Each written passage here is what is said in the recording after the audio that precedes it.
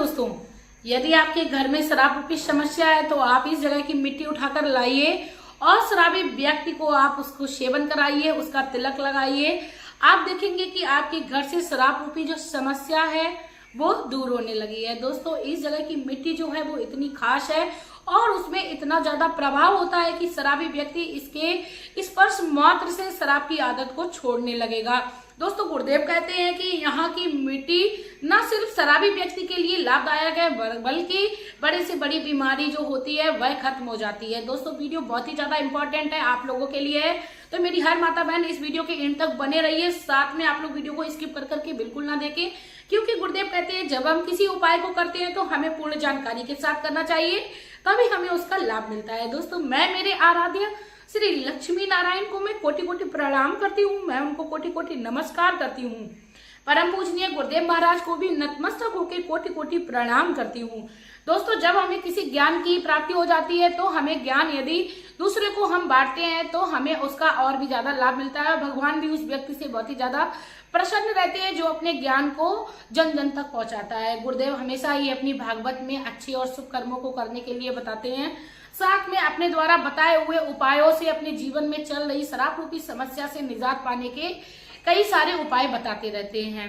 दोस्तों, यदि आप लोग मेरे चैनल पर नए हो तो पहले तो मैं आप लोगों से रिक्वेस्ट करना चाहूंगी, यदि वीडियो अच्छी लगे तो प्लीज आप लोग चैनल को सब्सक्राइब करके जाइएगा, साथ में वीडियो को लाइक करके जाइएगा।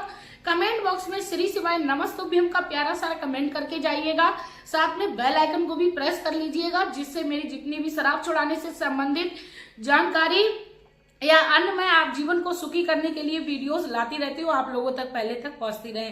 दोस्तों, मैं हर संभव प्रयास करती हूँ कि हर आसान और सरल वीडियो मैं आप लोगों तक पहुंचाऊं, जिससे आप आसानी से कर सके, क्योंकि हर माता बहन को वो ये सक्षम नहीं होता है कि वह अपने घर से दूर जाकर कोई बड़ा सा खर्चा करके अपने घर की समस्याओं से निजात पाए।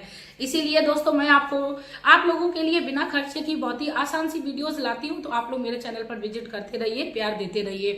दोस्तों, अब मैं आप लोगों को बता दूं आपको किस जगह की मिट्टी लानी है, आप अपने जीवन में शराब रूपी समस्या से निजात पाने लगेंगे। सबसे पहले तो दोस्तों मैं आप लोगों को बता दूं, यदि आप लोग किसी भी यज्ञशाला में जाते हो तो आप यज्ञशाला की मिट्टी लाइए। और मैं बता दूं, जहां पर हवन होता है, यज्ञ बना होता है, यज्ञ जहां पर यज्ञ किया जाता है दोस्तों, वहां पर आपको यदि यज्ञ की हुई जब किसी मंदिर में कोई भी बड़ा प्रतिष्ठान किया जाता है तो उसके बाद यज्ञ होना निश्चित होता है।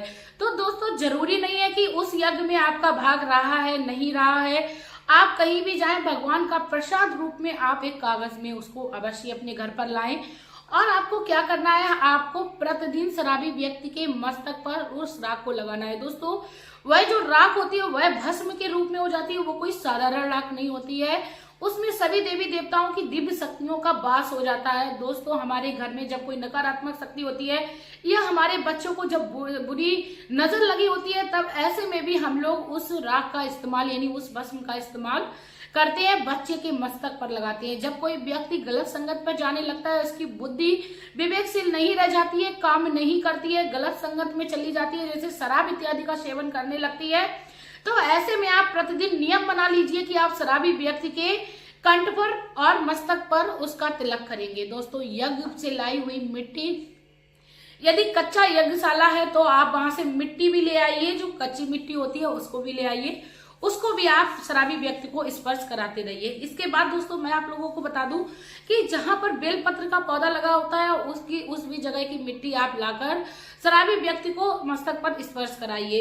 दोस्तों, कहते हैं कि बेलपत्र के पौधे पर माता पार्वती के साथ साथ भगवान श्री भोलेनाथ का वास होता है, तो वहां की इस जगह भी बहुत ही ज्यादा पवित्र होती है और पावन होती है। दोस्तों, इसके साथ ही मैं आप लोगों को बता दूं, यदि आप भगवान भोलेनाथ पर विश्वास करते हैं तो आप लोगों को भगवान श्री भोलेनाथ से भी ये उपाय कर लेना है। आपको क्या करना है, भगवान श्री भोलेनाथ से एक लोटा जल तो चढ़ाना ही चढ़ाना है। गुरुदेव हमेशा ही भोलेनाथ को प्रसन्न करने के लिए एक लोटा जल हमेशा ही बताते हैं, वो भी अपने घर से ले जाने के लिए। उसके बाद दोस्तों आपको एक बेलपत्र लेना है। दोस्तों, यदि आपके घर में बेलपत्र नहीं है, आपको नहीं मिल रही है, तो आपको बिल्कुल परेशान नहीं होना है। आपको शिवलिंग से ही यदि चढ़ी हुई पहले से बेलपत्र है उसको ही उठा लेना है, क्योंकि बेलपत्र अशुद्ध नहीं होती है, झूठी नहीं होती है। तो भगवान श्री शिवलिंग से आप बेलपत्र को उठा ले, लेकिन उसका सही नियम ये होता है चढ़ाने का कि आप लोग उस बेलपत्र को उठा के धो लीजिए। धोने के बाद दोस्तों आपको किस प्रकार उस बेलपत्र को चढ़ाना है आप समझ लीजिए। आपको वो बेलपत्र लेनी है, धो लेनी है, उसके बाद आपको उसको पोंछ लेना है, ज्यादा पानी से गीला नहीं रखना है। उसके बाद आप उसके बीच वाले पत्ते पर ओम बनाइए और उसके साइड वाले पत्तों पर भी ओम बना लीजिए। दोस्तों मात्र एक साबुत चावल का दाना, जिसे अक्षत बोलते हैं, जिसका कभी क्षय ना हुआ हो, मात्र एक चावल का दाना यदि बीच वाले पत्ते पर रखकर भगवान श्री भोलेनाथ को हम लोग उनको अर्पण करते हैं तो हमारे जीवन में चल रही बड़ी से बड़ी समस्या भगवान श्री भोलेनाथ की कृपा से दूर हो जाती है। यदि हम लोग प्रतिदिन जल चढ़ा रहे हैं उसके बावजूद भी हमारे घर से शराब रूपी समस्या दूर नहीं हो रही है तो आप नियम बना लीजिए कि आपको पूर्णिमा के दिन, अमावस के दिन या एकादशी के दिन आपको एक बेलपत्र, उसमें चंदन से 3 ओम बनाकर, तीनों पत्तियों पर ओम बनाकर, बीच वाली पत्ती पर आपको एक चावल का दाना रखकर आपको भगवान श्री भोलेनाथ को समर्पण करनी है। इससे क्या होता है, जैसे हम किसी भी व्रत या किसी भी शुभ कार्य को करते हैं, अनुष्ठान को करते हैं, तो उसको हम लोग एक इस तरीके से करते हैं कि आज ये कार्य मेरा संपूर्ण हो गया, उसके तौर पे करते हैं। तो ठीक उसी प्रकार जब हम डेली भगवान श्री भोलेनाथ को जल चढ़ाते हैं, उसके बाद यदि किसी एक निर्धारित तिथि पर जो हम बना लेते हैं, पूर्णिमा की हो, चाहे एकादशी हो, चाहे अमावस हो, चाहे भाई सोमवार का कोई एक सोमवार अष्टमी का ही दिन क्यों ना हो दोस्तों, यदि हम उस समय में यदि नियम बना लेते हैं कि हमें इस दिन ये कार्य करना है और हम करने लगते हैं, भगवान श्री भोलेनाथ की शरण से हम लोग कभी भी खाली नहीं आते हैं। शराब की समस्या दोस्तों घर घर की समस्या बन गई है, इसीलिए गुरुदेव अपने भागवत में हर संभव प्रयास अपने बच्चों के लिए लाते हैं और उन्हें प्रसन्न करने की हर कोशिश करते हैं। दोस्तों कई सारी माताएं बहनें मेरी आकर ये कहती है मुझे लाभ नहीं हो रहा है, तब ऐसे में दोस्तों मैं उन लोगों से यही कहना चाहूंगी, कर्म करने का हम लोगों का कर्तव्य, फल लेना प्रभु के हाथ में है।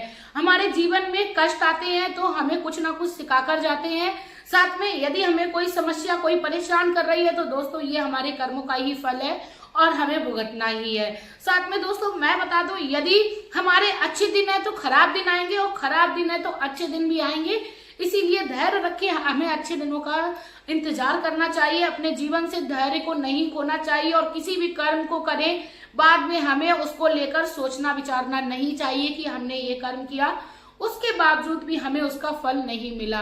क्योंकि बहुत सारे कमेंट्स मेरी माताओं बहनों के आते हैं जिससे मुझे बहुत ही ज्यादा कष्ट होता है, क्योंकि आपने अपने स्वार्थ के लिए उस उपाय को किया था, ना कि आपको भगवान श्री भोलेनाथ से प्रेम था।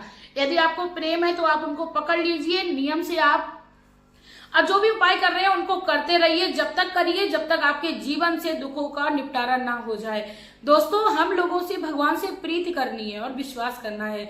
जब हम किसी व्यक्ति को विश्वास के साथ कार्य डाल देते हैं और वह व्यक्ति यदि सच्ची में उस व्यक्ति के लिए भला चाहता है तो वह कार्य उसका वह अवश्य ही संपूर्ण करता है। ठीक उसी प्रकार जब हम भगवान से प्रीत कर लेंगे, विश्वास कर लेंगे, भगवान वो हैं जो सर्वस्व है, उनके हाथों में सब कुछ है, तो वह हमें एक दिन सुख अवश्य प्रदान करेंगे। दोस्तों यदि वीडियो अच्छी लगी हो तो शेयर करिए, अपने जीवन में शुभ कर्मों को करिए, साथ में उपाय करिए। बीमारी एक होती है, उपाय अनेक होते हैं।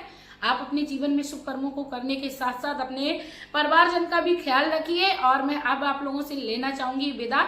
आपका प्यार और कीमती समय देने के लिए धन्यवाद।